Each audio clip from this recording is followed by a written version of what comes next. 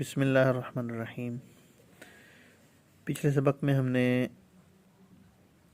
مبنی کے بارے میں پڑھا تھا کہ مبنی وہ لفظ ہوتا ہے عربی زبان میں کہ جس کے آخر کا اعراب ہمیشہ ایک جیسا رہتا ہے اور اس کے آخر کا اعراب کبھی نہیں بدلتا۔ پھر اس کی ہم نے ابتداً دو قسمیں پڑھی تھیں، ایک مبنی الاصل تھا اور ایک مبنی الاصل کے مشابہ تھا۔ تو مبنی الاصل کے مشابہ جو چیزیں تھیں ان میں سے ایک چیز اسم ضمیر تھی کہ جو ضمیر ہوتی ہے وہ ایسا اسم ہوتا ہے کہ جو کبھی بھی اس کا آخر تبدیل نہیں ہوتا بلکہ ہمیشہ ایک ہی حالت پر رہتا ہے۔ تو آج کے سبق میں ہم ضمیر کی تعریف اور اس کی مکمل اقسام کو بیان کریں گے۔ ضمیر کی تعریف یہ کی جاتی ہے کہ ضمیر وہ اسم ہوتا ہے کہ جو کسی چیز کا مخصوص نام تو نہیں ہوتا لیکن اس اسم کو غائب، مخاطب اور متکلم کو ظاہر کرنے کے لیے استعمال کیا جاتا ہے۔ غائب سے مراد ہوتا ہے جو موجود نہ ہو، مخاطب یعنی سننے والا اور متکلم یعنی بات کرنے والا۔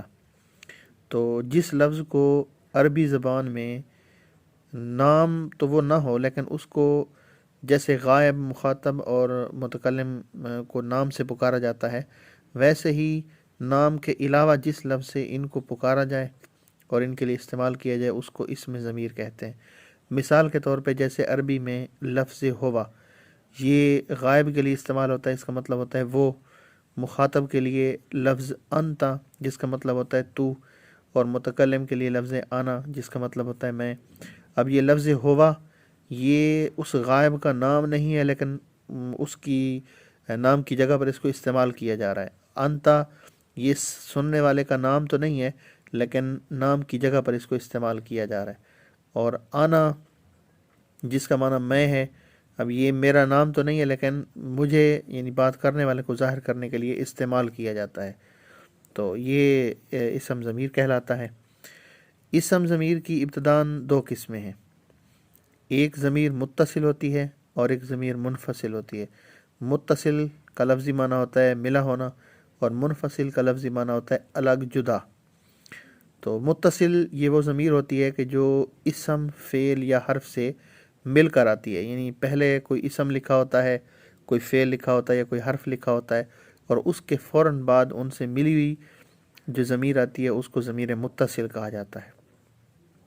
جیسے مثال کے طور پہ ضربہ، اب یہ ضربہ ایک فعل ہے جس کا معنی ہے مارا اسے ایک نے۔ اب اس کے بعد جو لفظ ہو لکھا ہوا ہے یہ ہو ایسی ضمیر ہے کہ جو فعل کے ساتھ ملی ہوئی ہے، تو اس کو ضمیر متصل کہا جاتا ہے۔ اسی طرح مثال کے طور پہ جیسے غلام ہو، اب یہ لفظ غلام ایک اسم ہے اور اس کے بعد ہو ضمیر اس سے مل کر آ رہی ہے تو یہ ضمیر متصل ہے۔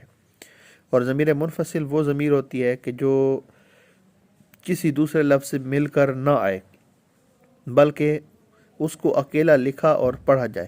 مثال کے طور پہ جیسے ایک مشہور مثال سورہ فاتحہ میں ایاک نعبد، اب یہ نعبد ایک فعل ہے اور اس سے پہلے لفظ ایاک لکھا ہوا ہے۔ یہ ایاک ایک ضمیر ہے جس کا معنی ہے یعنی ایاک نعبد کہ ہم تیری ہی عبادت کرتے ہیں۔